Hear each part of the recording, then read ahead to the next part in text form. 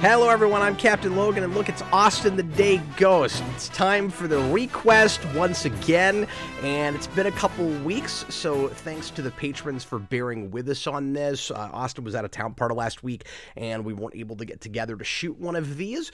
I also wanted to say apologies to Super Billy once again for another week we're having to put off his ReQuest, which we're going to finally do next week on the first few episodes of American Gods, which Austin, I think, got canceled prematurely, so it's going to be kind of unfortunate, because I've been curious about that show. It's going to be unfortunate finally watching some of that and then not getting an ending for it, but we're going to do it.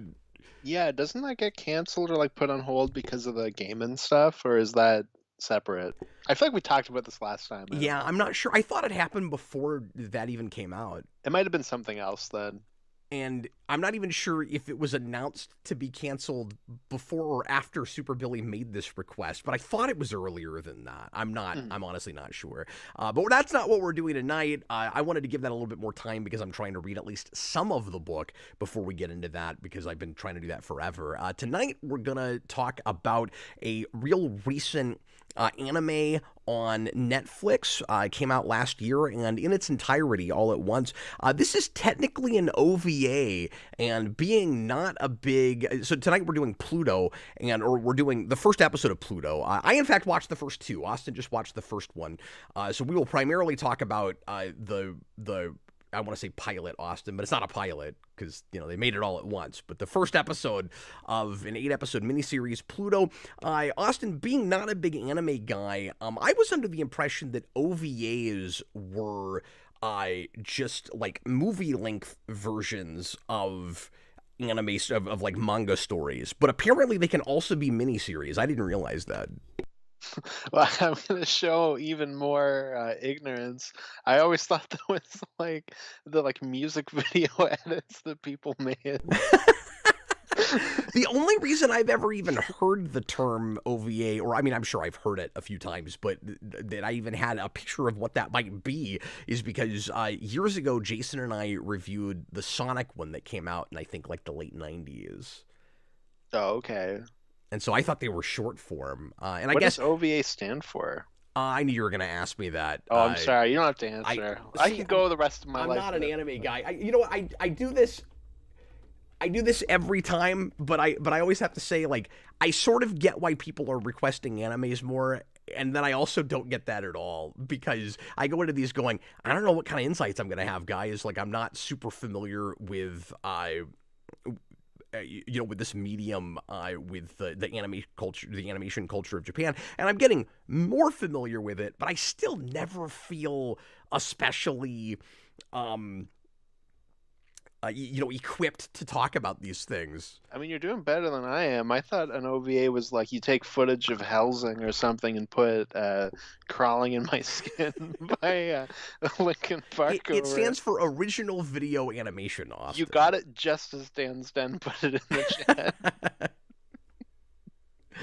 Now everyone's putting it in. And they start as...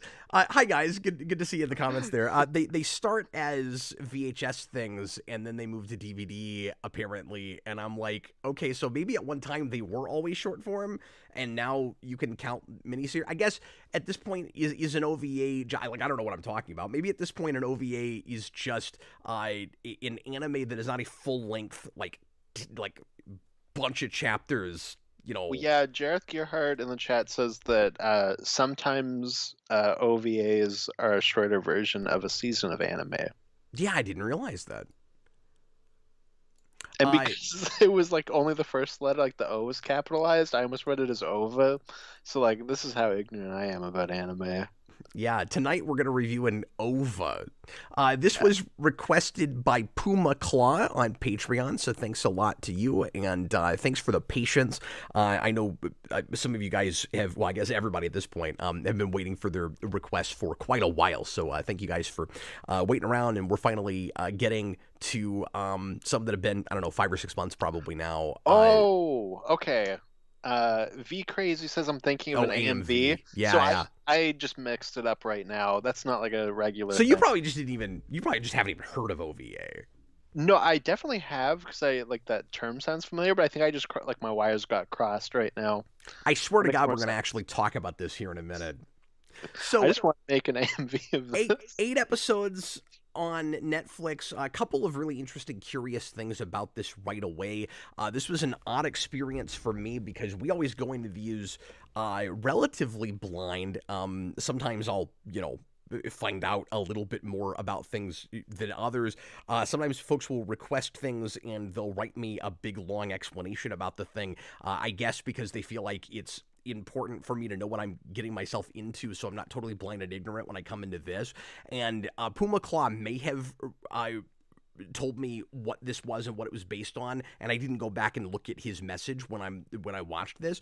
So Puma Claw, if and when you're watching this, if you did send me a thing about this and I just missed it, it's been a few months and I didn't go back and look. I just have the list of requests. But anyway, this is based on Astroboy, and I didn't know that until the end of the first episode, where I was like, there's a character that's introduced right at the end, who, spoiler alert, is in fact Astroboy, and I went, oh, that guy looks kind of familiar, and then I went, oh, is his name Adam? I didn't even know that. And then I went and looked that up, and I was like, oh, this whole thing is based on Astro Boy. It's like sort of an Astro Boy origin, I guess. So curious that you get a whole first episode before he's introduced, kind of like your big surprise character reveal at the end of a thing. Like, I had a split thing with this, kind of, even though I'm not an Astro Boy fan. I don't know anything about this character, besides the bare minimum. I know he's a robot, and I know there's like a elderly inventor man that made him that he hangs out with. I don't know anything, and I know he flies. Like, I don't know anything else. I didn't even know that he had X-ray vision. I didn't know what his power set was. Like, I didn't know any of that stuff. When I was like Adam, this is a He-Man show? Well, Adam with a T. Oh, See, this damn. is why I watch everything with subtitles. You would know What? that. And I did because it was subtitled, but clearly I just forgot. Oh, you watched the Japanese? Yeah. Oh, I didn't do that. I watched the American Yeah, no, that was voice just how I actors. found it. I always do that with. Did you not watch it on Netflix? No, I don't have Netflix. Oh, I didn't I realize had, that. to, I Okay. had to find it. Yeah, so we'll have had very different experiences because you didn't even experience the same vocal performances that I did. Hmm. But that's cool. Yeah, I just assumed that was like the main way Netflix had it, but I should have realized that that wouldn't be the case. Yeah, I guess this one is. It's weird the way I'm going to put this. Being a Netflix original, but based on an actual manga from like 20 years ago. This is probably more Japanese than some other Netflix animes, because there's been kind of a line they've been walking lately where, like the Terminator anime. I mean, it's an anime in the sense that it's like in that style, and I'm sure there's some Japanese animators that worked on it, but I mean, it's show ran and written mostly by an American guy. This When probably Warren is Ellis did Castlevania for them, and I right. feel like that was like the first big thing, and now they're doing a bunch of games. Transformers is that way. Yeah, I don't know if it's come out yet, but they're doing Tomb Raider. Yes, that has come out. I almost started watching that the other Oh, day. okay. I'm All I know curious is about Haley that. Atwell is Laura Croft, and that's good That's casting. great casting. Mhm. I didn't know that. I just saw the trailer and I was like, I'm in. I like Tomb Raider. Yeah. I don't know a lot about Tomb Raider, but I like some of the things I've seen with that. I love that movie from probably a decade ago now. I don't care what anybody says. I still like that movie. And like the Jolie movie? No, the reboot they did Oh that yeah. never got a sequel, but they're still talking about it, even though it didn't make any money at the box office. But it was like the Batman Begins for Tomb Raider. I really like it. A lot of people didn't, but No, I just had like a mind-blowing experience where I'm like, oh yeah, I guess that did come out like a long time ago. yeah, what was It's that? like 7 13, years ago. 14? I'm not, maybe No, earlier. I want to say that's like 17, 18, but still. No, it's definitely earlier than that. I'm gonna look this up. Sorry, we're getting off the beaten path here. I'm pretty sure you and Eric reviewed it together, but I could be wrong. Oh, it But I is thought- 18. Okay. Yeah. I thought it was 14 here. All these years are running together. Anyway, other curious things about my initial experience with this, and then we'll see how Austin felt about this, and we'll get into some a little bit of synopsis. these are an hour long, which is unusual. Maybe not for OVAs, I don't know, but was unusual for me just to sit through a whole, and actually longer than an hour. The first episode is 70 minutes, so almost feature length, but animated. And it's also odd because even though it's a full 70-minute episode, it feels like two episodes, and I don't really understand why it wasn't split that way, except for the fact that apparently all of that material, I looked this up, Austin, all of that material is in the first volume, and so they're just straight up adapting the volumes as they appear, apparently. And that's why it's all in one, even though it just begged to be broken up. Okay, that is weird. Well, especially because it's like structured weird, where it's not exactly halfway. It's like 1/3. Yeah, the structure of it's really, really very strange. Mhm. But I wonder if the page count is the same way in the book, where that second story is longer than the setup for the, because it's broken up where you get a setup for a big detective story in a future world with robots that are integrated with humanity, and then it's mostly, like I said, just kind of set up with premise, which we'll talk about in a second. And then the second part feels more like a side short story until you see how it's integrated with the greater narrative at the end. And I figured that would happen, but it watches so off the beaten path, even though thematically it's certainly very related to everything else that's going on, that I wondered if in the manga, if its page count is longer than what you get at the start, because I thought that could have been handled in far fewer minutes. But Yeah, not for to get sure. not to get immediately into criticism or anything, because I liked that story. I felt like it could have been done in half the time. No, I agree. Well, and I think we both, because we were talking a little bit while watching it, and I think we both thought it was going to go into a third segment, and then it didn't really. Yeah, that was really surprising. No, there's a Uh, little bit of a bookend at the end, but just because you get back to the detective for a minute, just so that you can have the final page reveal of a character you're familiar with, and a thing that I didn't realize wasn't standalone. yeah, and I wondered. I was like, okay, this is going to be how it bookends, and then it didn't bookend the way I thought it would, but Yeah. it did bookend. So Austin, why don't you break down the kind of setup for this? And I know more of the story now than you, because I did go ahead and watch the second episode. But I don't have to get real deep into synopsis with that. Mhm. Although if you had watched that, it does start to feel like a little bit of a different thing, just because we pivot a little bit to Astroboy, who is, it's odd that he's not like the first episode almost watches like a prologue, Mhm. because he's now like the other big protagonist. Well, it'd be like if you were watching a Superman show and the first episode was just Krypton. I feel like, having not seen that stuff, I'm sure they're probably setting up big important Astro Boy things, but Yeah. No, you're right. It sort of watches like that. just because you don't get to him. I guess it would be more like if you were watching a Superman show and you were following like Lois or something for the first episode. And the first, like, it ends with, oh, here's this new guy. His name is Clark. Yeah. It would almost be more like, and reviews are comparing this, I think, somewhat appropriately to Watchmen, in initial premise especially, which we'll get into in a second. But it's kind of like if the first issue of Watchmen was like a few minutes of Rorschach, and then the whole rest of it was Dryberg. Yeah, it's true too. And I was also thinking of Watchmen during it. But yeah, would you give us the initial setup, and then I'll help fill in, because I know more of the setup now, because the actual full-on premise of this is not fully revealed until 10 minutes into the second episode. Yeah, so you have there was just a murder, and you have a robot detective looking into it. There was a robot cop that was killed, and so this detective is kind of looking into this, and he finds out that the robot cop that was killed, he like was only defeated by this regular junkie because he like saw something out of the corner of his eye, and then Oh, I that kind forgot of sets about up a that. big mystery. This is why I have you do the synopsis. You're much better at details. Yeah, I like pinpoint. I was like, okay, here's like the little thing.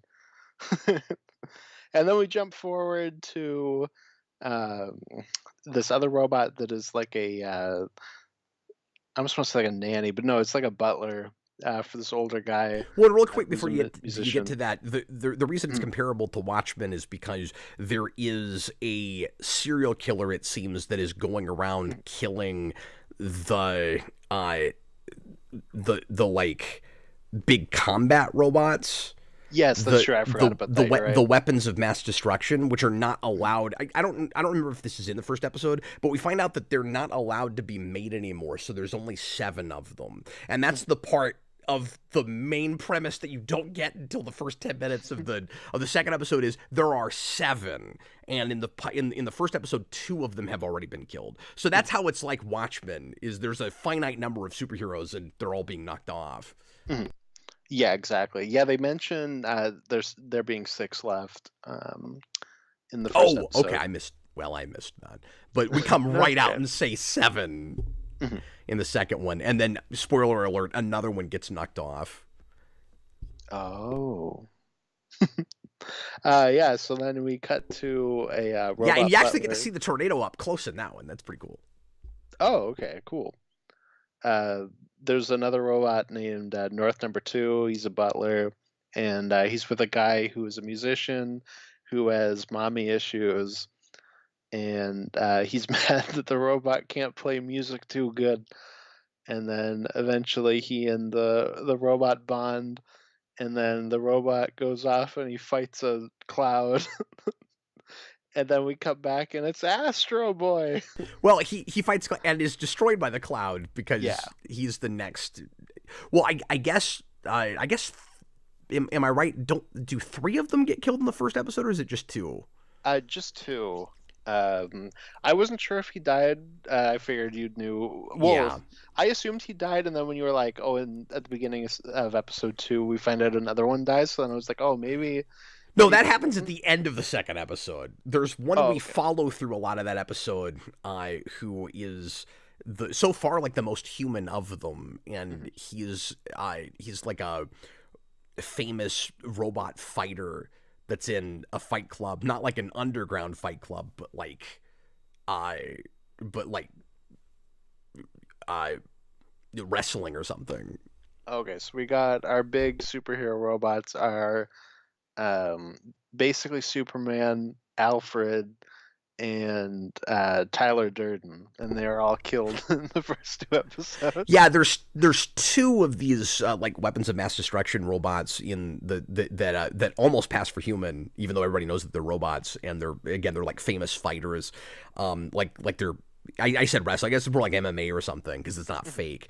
But you have Brando, I love that guy's name. Oh, and there goes Austin. He's leaving. Oh, Sorry. You got Brando, who's the one that tragically dies at the end of that episode, and then he has a friend named Hercules who does not get killed, who he's supposed to fight, and then he dies before they have a chance to do that fight, and it's supposed to be real sad and tragic. Oh, okay. You got to do the underground fight club thing, even though it's not technically. Well, again, it's not underground. You got to do like a fight club. It's mainstream and popular, and yeah. And what's interesting is they have like gargantuan robot bodies that they can go in and out of. Mm-hmm. Oh, okay. Where they have like a human, regular body like Gazict has, who's the detective we've been talking about, and I'm not sure if I'm a little fuzzy on how some of this works. We're just talking all over this. I'm not sure if they start with, since they're supposed to be again like robots of mass destruction. That's the way they're described. I don't know if they start off with the gigantic like non-human looking robot bodies. I would assume so because they've been around a long time, and Gazict is one of the most sophisticated of the robots that can actually pass for human, second only to Astroboy, we'll find out, because Astroboy both passes better and also seems to, I guess he's not called Astroboy yet, but Adam, and also seems to be able to experience human emotion and experiences and things better than other robots do. Oh, okay. Yeah, because you definitely get that out of the detective, but obviously, since I just saw the first episode, I didn't really get anything out of Astro Boy. Yeah. So I kind of wish some of that stuff was in the first episode, but yeah. But again, that's how the manga was structured. So what are you gonna do? Like they're being real faithful apparently. So yeah, fair enough. which they make a really big deal out of with the intro because it's just panels from the book. It's like I've rarely seen a thing that is. True, yeah. I've rarely seen a thing that is screaming as hard. This is the book, folks. That's really. And I'm funny. sure there's changes made in adaptation and stuff, but having not read that, it feels like it's really yelling at me. Don't worry, if you're watching this, you've basically read the book. It's not like Return to Swamp Thing, where like the beginning, like the opening, is just panels of the comic, and then it has nothing really to do with that. But yeah, I'm a little confused about how I was starting to say this earlier, like sensations with the robots work, where initially we're told that Gazik just kind of pretends to enjoy food and do things that make him look more human. And then in the second episode, at the beginning, they go to a restaurant and Astro Boy seems to actually really be enjoying a dessert. And Gazik is surprised by that, where like his sensations are more human. And then, all the human condition stuff in this is real classic science fiction, very Asimovian, and I liked that stuff a lot. But then when you get toward the middle, it seems like Gazik himself is maybe able to appreciate food more than we had a sense of earlier on. So I can't decide if it's inconsistent or if it's just more developed as it goes. And if I watch more of it, maybe it'll iron out and it'll make sense to me. But something I was a little confused about. And I'm also not becomes more human, like through being with this kid. Well, that's not how it plays in the episode because it's not like they break off and they're not really hanging out together very much of the episode. Gazik goes to Brando's house because Brando is, if I understand it, married to a human woman. I think because I couldn't tell if it was ever like specifically brought up that she's human, but she seems human. And again, Gazik seems to be, besides Astro Boy, the only robot that is as human looking, besides some of these robots of mass destruction. So I think she's supposed to be human, and then they're adopting human children, and so they all have dinner together at his house. And it's a little jarring because that's the place. I guess I'm talking too much about the second episode, but that's the place where suddenly there's some levity. I mean, I didn't find any of it particularly funny, but it's that kind of typical anime thing where this is the funny scene and the kids are kind of exaggerating emotions and acting kind of crazy, and the music is telling you're supposed to laugh now, and the background music is literally London Bridges in places, which was odd. Okay. Yeah. And so I was like, oh, this is the part that's supposed to be jovial and amusing, because later on, of course, we kill this character, and so this is supposed to be the like character building place where we really humanize him, and then we're supposed to feel worse about it when he dies later. But anyway, that's the place where Gazik is having dinner and seems to be enjoying it, and so it doesn't have really anything to do with Astro Boy. So I was a little confused about that, and I'm also not totally sure how the memory chip thing works because. At the end, I'm spoiling stuff, but at the end of the second episode, after Brando gets killed, it's a really good cliffhanger. He gets killed by the mysterious tornado that seems to be a serial killer, and of course, I'm just getting flashes to the smoke monster from Lost, and it leaves his memory chip behind, and I wondered, and we're still playing it like really sad that he's dead, and I wondered, okay, like, is his personality not in the chip? Like, is that just memory? And maybe we're doing something with whether the soul exists or not with that, because again, we're playing up the whole what makes a man angle with self-aware robots, again, like classic science fiction. But the thing I didn't really understand with that is, but they're able to pass from body to body, it seems like. So I'm not sure how they're doing that if the memory chip doesn't contain the equivalent of their soul. Yeah, because in the first episode, there is the wife of the robot cop that puts in the memory chip, and that's how they see that he saw this thing off in the distance. And the way it played there was just their memory chip is literally just, here are the things that they've seen, like, and that's kind of it. And the rest of them is probably where you get all of that soul stuff. But then I didn't get any of the like body swapping. Yeah. And somebody tell me if I'm wrong about that. That's not what's happening. But it looked like we were like moving the robot personality from the human body to the big mech body. So I'm not really sure how that works if it's not through the chip. Yeah, I don't know. Because, like I said, the memory chip I thought was how it played in the first episode was it's just like their memory, not their soul or whatever you want to say. Yeah, and that they have the ability to erase memories that they don't want to keep, which is interesting. Yeah. There's a lot, like, memory is a real big theme throughout this show so far. The idea that as human as...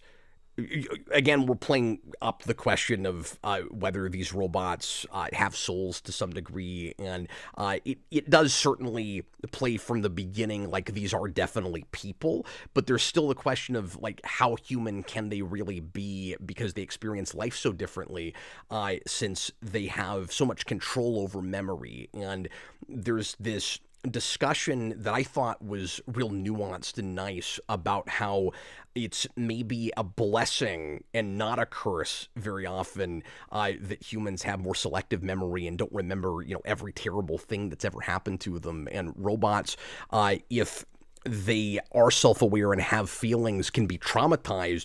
We have almost like a PTSD angle, particularly by the second episode, where we get into the backgrounds of robots that have been to war.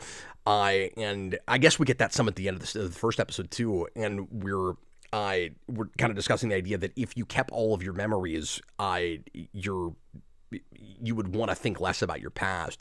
But also, I guess the nice thing about being a robot in a way is you could then selectively get rid of the memories you wanted to, but then would you be as human as a real human being if you did that? Because we don't get to choose, and our memories are fickle, and they don't just go away. They fade, or they change, or they're not reliable. And so, anyway, just the philosophical discussion of all of that I thought was really interesting. Yeah, for sure. That's probably, I guess, one of the bigger things that also latched out to me was that aspect of it. Like, as opposed to just the overall story, like, I wasn't as interested in the mystery that was happening. But I probably liked that second half, I guess, more.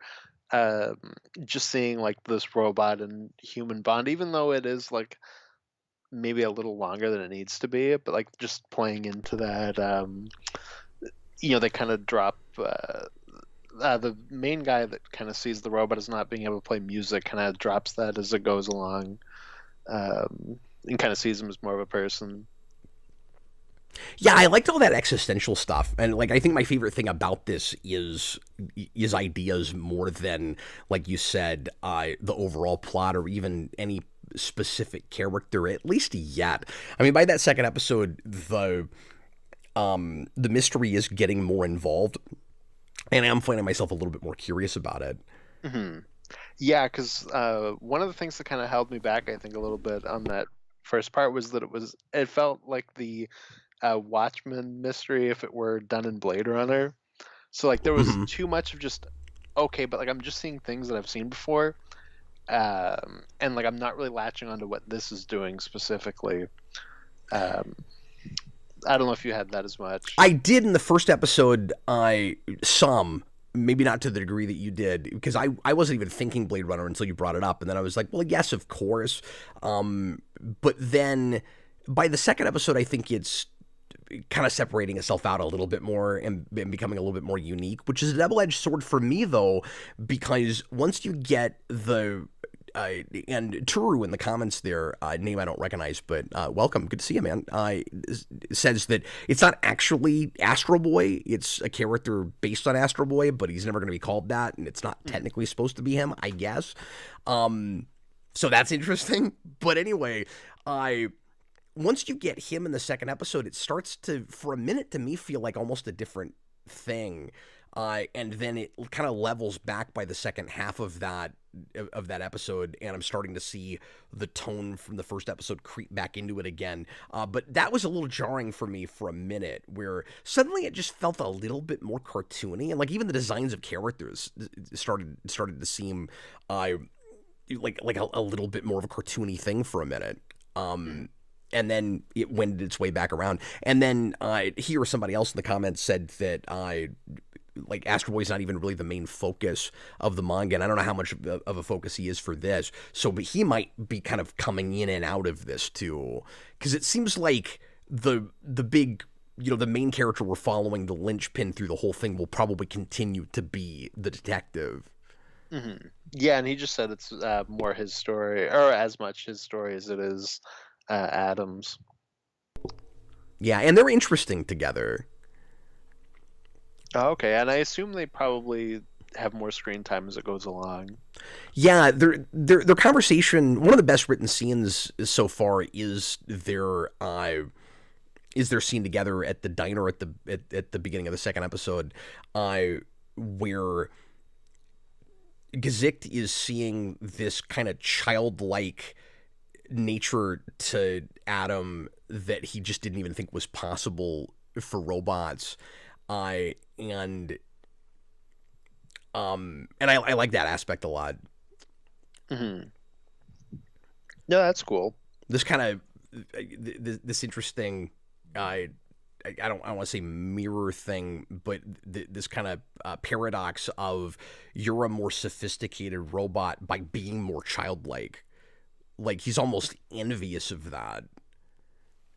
Yeah. Even though he's the adult in the room. Like, I think that's kind of interesting. Where it's like, oh, I never got to have a childhood. And you sort of do. But then he also might be a child forever because he's not going to be able to grow up. He's got to go in for upgrades. So it's like, that's also really interesting. I thought that second story in the first episode would have been a really good standalone thing all by itself. It does feel like just a short story. Absolutely. And that's why I wondered, like, at first, before I knew it was an Astro Boy thing, or, like, anyway, connected to that, is if it would just kind of be like that, like, just different. Obviously, I knew the detective thing was going to come back, but I wondered if we were going to kind of pepper in these little short stories. I also assumed the big cliffhanger at the end of it would be, because that robot flies, like, into the clouds and then presumably dies. And then I thought he was maybe going to come down and he was going to have the horn things. And then maybe that old man was going to get them, like the person that dies at the beginning. Yeah, I wondered if he was going to die too. Mm-hmm. And then when you get to the end of the second episode, they do the horn thing with Brando. Oh, okay. And that's kind of the big cliffhanger there is they were... So as Brando is dying, he is reaching out like in an almost telepathic seeming way with his technology. He's sending out a signal, and so he's able to talk to both Hercules and Astro Boy simultaneously, and he's trying to give him what little information he was able to get from the tornado. And there's another kind of mystery played as to why he's not able to transfer that information. And he says, I got him.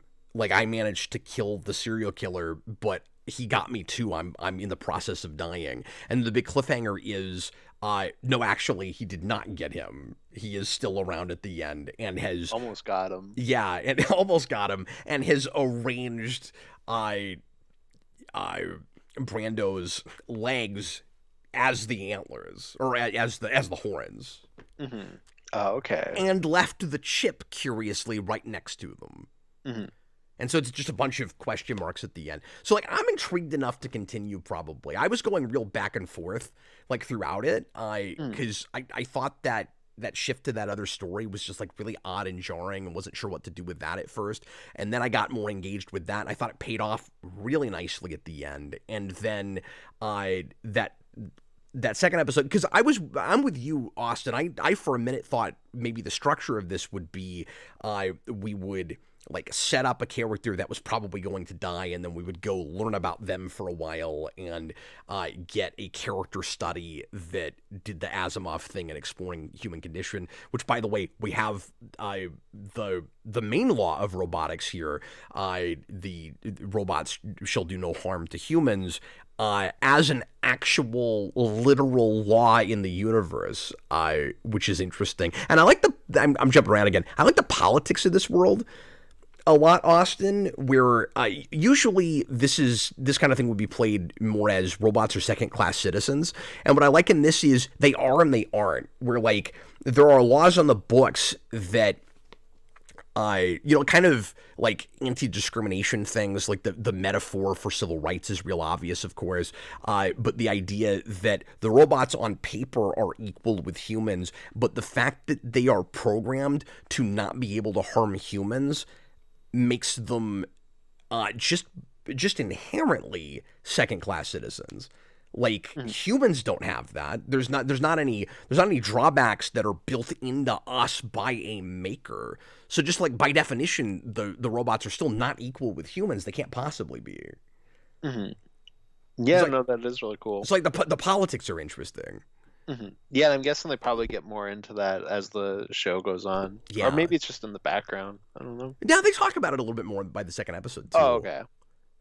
So I'm liking all of that, and importantly, one of the characters that is killed at the beginning, because we're killing humans and robots, and I don't know if we made that clear, but one of the characters that's killed, so there's clearly a political agenda here of some kind, and one of the characters that's killed at the beginning is a human that was that actually wrote the anti-discrimination laws that make on paper robots and humans equal, and gets killed at the same time as the beloved robot that gets murdered at the start.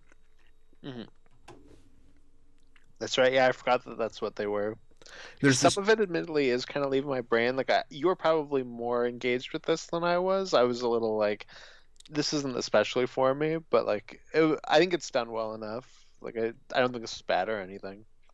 It might win you over a little bit more by the second episode. I'm not sure. Like, I'm getting the sense that the further I delve into this, the more involved it's going to get, and it's probably going to grab me a little bit more. Like I said, I was touch and go with it as I was going through. But like halfway through the second episode, I messaged you and I said, this has kind of lost me a little bit.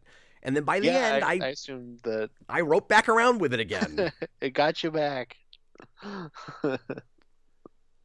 Yeah, to Rue Mont Blanc. Yeah, I've seen that in the chat a couple times, and every time I'm like, Mel Blanc, why are we talking about Mel? Oh yeah, Mont Blanc, that's the name of the robot. Whoops.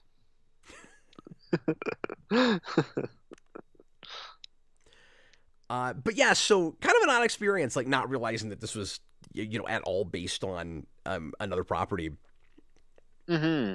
Yeah, because I think we both went in not knowing that, because you told me once you started episode 2, and I was like, oh, I never would have guessed that.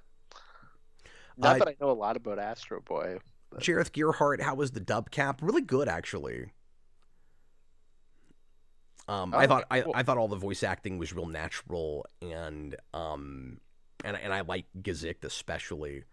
So I was kind of, when you said you watched the Japanese version, I was having a hard time even really imagining that, because I thought we had pretty iconic sounding vocal performances from the English cast. That's good, because Netflix can be a little wonky with that. Like, that's my biggest issue with the Transformers series they do, is they went to all non-union actors, and some of them are a little wonky. But then, like other shows they do have really good voice acting. True, if you're not introspective or care for big themes or thought-provoking ideas, yeah, because that's what this is all about, certainly, then this series ain't for you. It's not a shonen. And in Austin's defense, like, Austin likes things that do that. I think, Austin, you seem to just be put off by things that seem kind of derivative at the start. Yeah, and then like I was obviously able to recognize that it is a quality show, but it just I think part of that was like kind of threw me off a little bit, and then I wasn't as engaged with it as it was going. Where I was like nothing's really gripping me yet.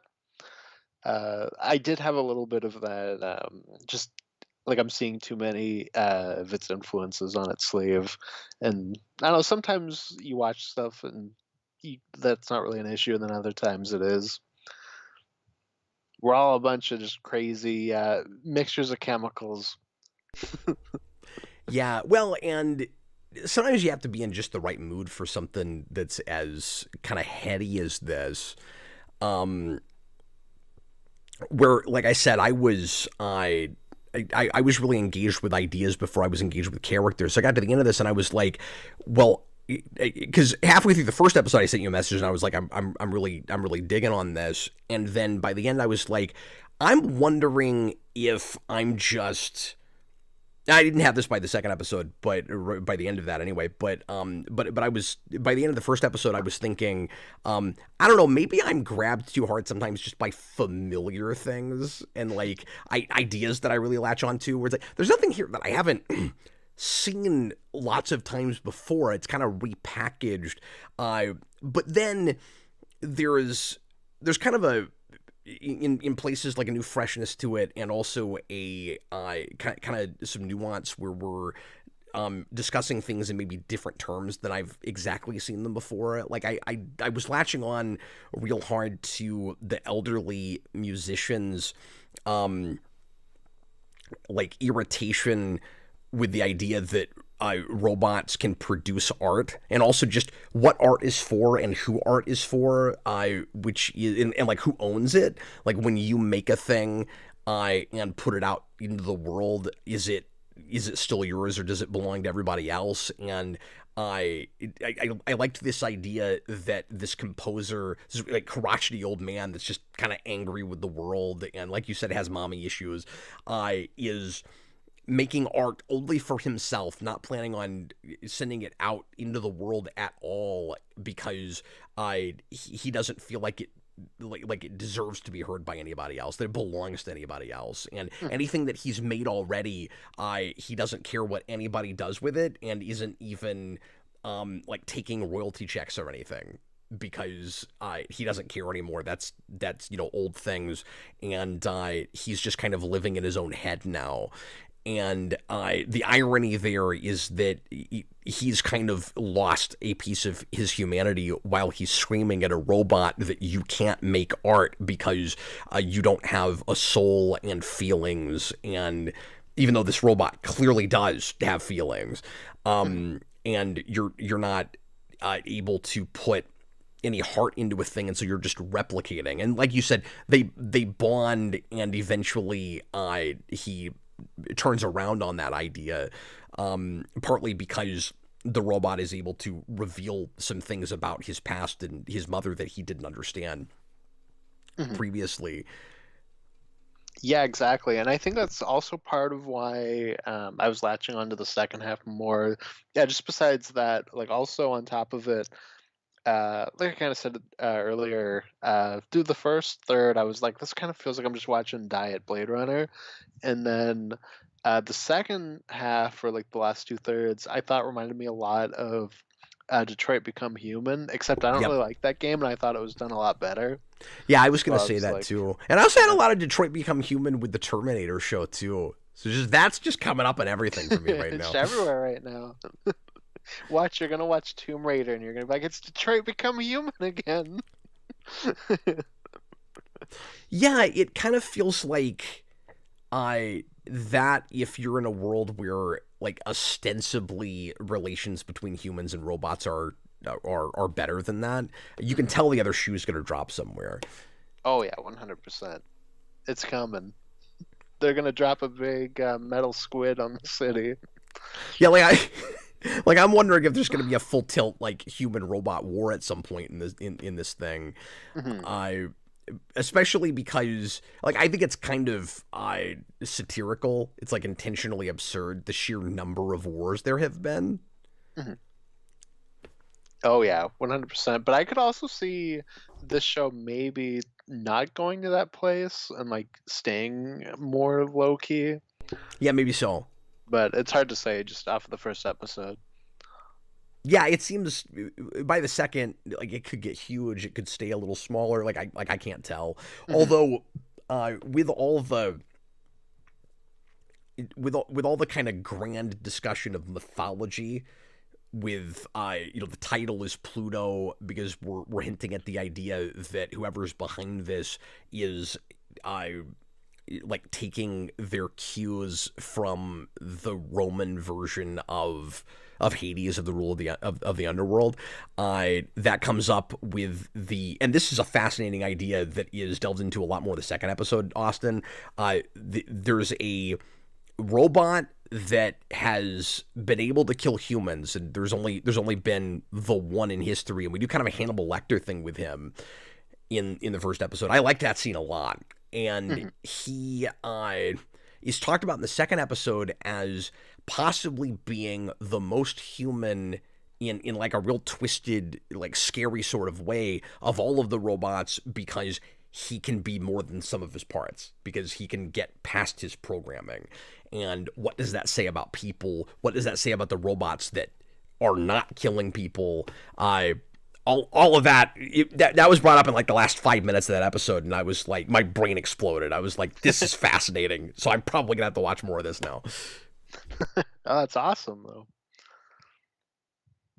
Yeah, it sounds like episode 2 is a lot better than the first one too. Not that the first one's bad, but it does sound like a lot of the big stuff that you're like latching on to came in episode 2. Well, I appreciated that the kind of, I mean, it's not even a B story. It's not really even side stuff, but just in introducing these like MMA robot fighters, it's more integrated with everything else that's going on. Like Gazikh kind of comes in and passes those characters off to us for a while, and then we get back to Gazikh. And so, I'm not saying that it's bad to have a standalone story that then converges with the main plot. It was just really weird to do it in one show.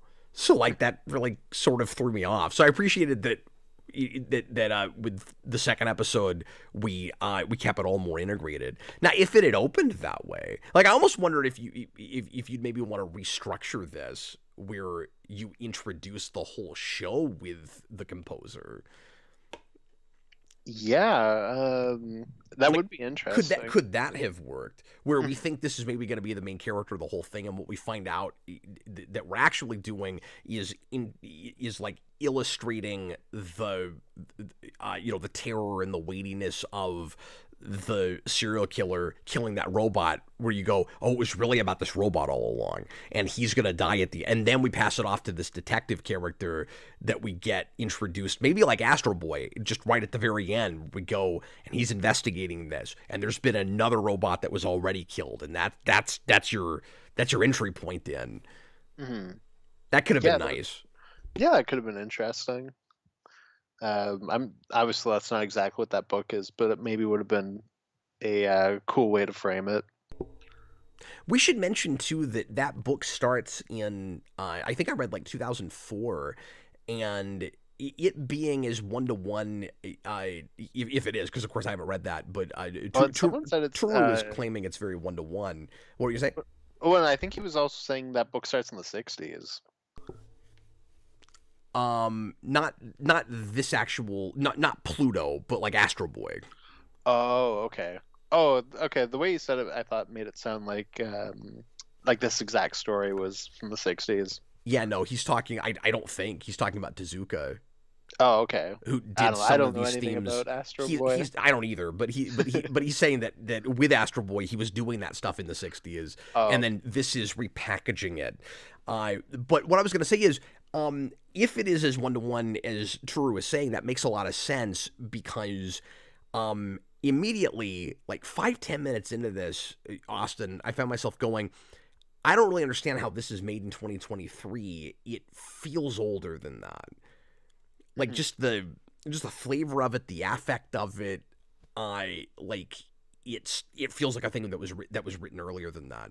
And it makes a lot of sense that it's an adaptation of 20-year-old material that's basically more or less what it would have been if they'd made an anime for it back then. Hmm. Yeah, it's interesting. I mean, it's cool that they did it that one for one. Then you were able to pick up on like, oh, this isn't how we make things now. Yeah. I think that's part of why I latched onto it quicker than you did. It was like Mhm. off on a better foot with it. It was kind of refreshing to me. Yeah, absolutely. No, I mean, Uh, that's really cool.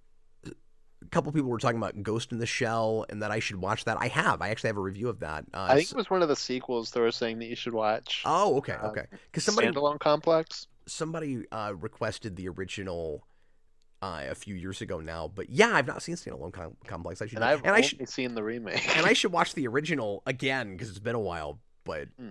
Yeah, I've only seen the Avi Arad movie. oh, that's unfortunate. I know.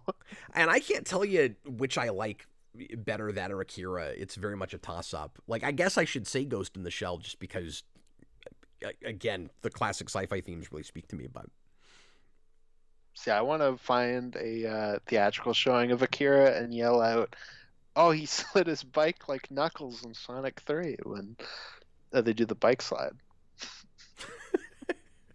yeah, but everything does the bike slide. No, I know, but I want to be like that like really ignorant person that says like something brand new, like, "Oh, it's like that." Like those kids that see stormtroopers and they're like, "Oh, it's that guy from Fortnite." You know I that wanna be that really guy. old movie, Empire Strikes Back? You remember that really old anime, Pluto? Pluto? I had trouble remembering what it was called for a second. I always called it Pulse. Yeah, I think you gave me cancer with that Fortnite joke. Oh, I'm sorry. I can't even handle that. But yeah, I had kind of a roller coaster experience with this, but I'm probably gonna finish it. I don't know if I'll review the rest of it, but I'll probably watch it on my own. That's something. New content.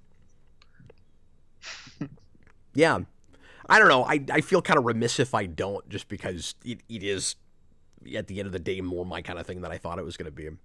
Hmm. No, I mean that's awesome that you liked it that much. It's great stuff. Well, once again, somehow we talked about this for an hour. But That's crazy. Austin, do you have anything else to add? Sorry, I know I did a lot of the talking here, but No, it's okay. I think that makes sense because you latched onto it more than I did. While I'm more like, it was good. It just wasn't really for me. So, and I watched more of it than you did. and you so. watched more of it, to be fair. And it sounds like you got kind of like more of what the show was doing because of that. Yeah, I'm glad I did that. Like, I felt sort of bad about it because I knew you didn't have time to do that. I was running ahead from you, but Not a big deal. this would have been a weaker. I mean, I know we didn't watch the whole thing and we can't talk about it broadly, but this would have been a weaker discussion. Not knowing any of the atom of it, because he becomes a major character right away. Yeah. So it was sort Yeah, of weird if exactly. we just had this question mark of, well, there's this kid at the end. I don't know. I assume it becomes an Astroboy show after this. Oh, one of the things that also made it maybe kind of raise my eyebrow a little bit at this being made in 2023, not knowing what it was based on, was a lot of homages to classic robot things that I don't know if you'd be as likely to think to throw in now. I mean, I guess it just depends on how old you are when you're in what you're familiar with when you write it. But like, we have a Robbie the Robot in this. Yeah. And again, just the laws of robotics, the iRobot of it all. But there are little Easter eggs here and there about classic sci-fi robot things. There was like a Jetsons robot at one point. Yes, that's what I was good. Well, and that's what's funny is we have a Rosie the robot that is married to a Robbie the robot, which is pretty great. She's not actually named Rosie, but that's clearly that. That's clearly what it was. Yeah. And that was fun. Also, kind of interesting that we've got these like primitive robots that are. We have like a primitive robot that's married to a more sophisticated robot, and then that's supposed to be like nigh unkillable, and then somehow it got killed by this tornado thing. Because a lot of the mystery is only a robot could have done this, but is it actually a robot that did it? That's kind of the big question. But anyway, and then in the second episode, you have, I think, like I said, a human that is married to a more like humanoid looking robot. So there's just all these questions of like how human are these characters, and can they get along? Are they compatible? And a lot of pretty good, extrapolation into the future. From at least 2004. And I'm not sure how far in the future this is supposed to be. I think it's ambiguous. Like, I didn't hear a date anywhere. I'm trying to remember off the top of my head. I don't remember seeing a date anywhere either. And I kind of like the ambiguity of that. Like, it could be a couple hundred years. It could be 500. Like, I can't really tell. Yeah, I think there's a point where they imply that it's like a couple hundred years, where I think there's a thing about like centuries maybe said at the beginning of the first episode. Although, but it's like the Mega Man like 20XX or whatever. Yes, right? Exactly. Well, and anytime I don't know anything about Astroboy, but anytime I see that character, I just think Mega Man. I mean, they seem like the same thing to me. I'm sure they're not. I was thinking a little bit about Mega Man. I'm sure they're not, but they seem like the same thing to me. I want to see the Mega Man show that looks like this, where it's like a detective investigating the death of like Bubble Man, and like, oh, somebody blasted Bubble Man. Somebody killed Mega Man's dog. Well, and then the musician guy also reminded me of Dr. Wily too, just in design. Yeah. Well, real quick, that was the thing I was going to say is that made it curious coming out now is if you wrote this now. And I'm not saying that it was a mistake that it wasn't updated, but like if you wrote this now, Austin, you'd be thinking more keenly, I think, about like AI and that as its own artist and all of that. So like the composer is talking about machines that make it easier for you to make what he thinks of as quote unquote music. Like, is it actually still art? Is it really music? But he's still getting called by companies to, or at least has been recently, to maybe like compose new music and stuff. And I like in this he's told like we don't really want new stuff, we just want your old stuff. But it hasn't been that long. Like, all this technology isn't brand new. It hasn't been that long since he was commissioned to do things. So all I'm saying is, if you extrapolated into the future now, I think that guy would be obsolete before he was born. Oh, yeah. He would have to be like 300 years old. He's a paperweight before he got out of the box. Yeah, exactly.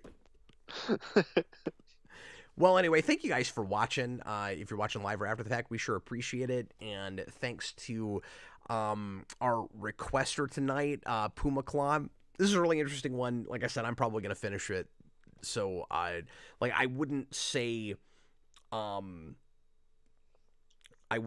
this goes in Hall of Fame yet just because I haven't finished it. But it could by the end. Because it has the potential to be really quite brilliant. Yeah, and I never even think about like TV shows for Hall of Fame stuff, but I guess, yeah, it all counts. It all can all be in it. Yeah, sure. Or I guess I just mean of that tier, like even if I didn't include it, like with the movies, like just is it of that quality? You know. Well, it's Netflix, so you can't put it on a shelf. That's true. I mean, some of that stuff comes out. Yeah, that is true. Next week, we're going to watch the first couple episodes of American Gods. So look forward to that. And you can make a request on Patreon. Like I said, it's a long backlog right now. So if you want to wait a while, we totally understand with that. $15 tier, but you can get your thing on the list and then just stay on Patreon for a month and let that roll over. You don't have to stay at that tier if you don't want to. We appreciate everybody that supports us through Patreon, and we appreciate you just hanging out and watching as well, of course. Austin and I are going to move on now. We're still going to broadcast. We're going to take a 10 to 15 minute break. We're going to come back with another stream, and we're going to do at least another hour of our top 100 favorite superhero movies of all time. We had to take a break last week. We're going to get back to it tonight, and we'll do at least 5, probably not more than 5 a piece. We're moving so slow. I was talking to Robert earlier today, and he was like, "Oh my God, I was rushing to see so many movies to make my list." And then I started watching the videos. You guys are so slow. He was like, I have forever to watch. You've got plenty of time, yeah. Maybe we'll start trucking a little quicker, but I don't know, the conversations have been really interesting. Yeah, exactly. I mean, as we get more like duplicate things, it'll probably be a little faster. Yeah, except it will have been so long since the last time we talked about a movie that we'll just have all the same discussion we had before. If we ever have a supercut, it's going to be really awkward. Yeah, I'll have to just watch all of it and then cut those parts out. Exactly. Thanks for all the comments tonight, Turo. Appreciate you, man. In the meantime, I was Captain Logan. This was Austin, the Day Ghost. See you, folks. See some of you guys in just a few minutes, and the rest of you pop in. Oh, I'll say this real quick too.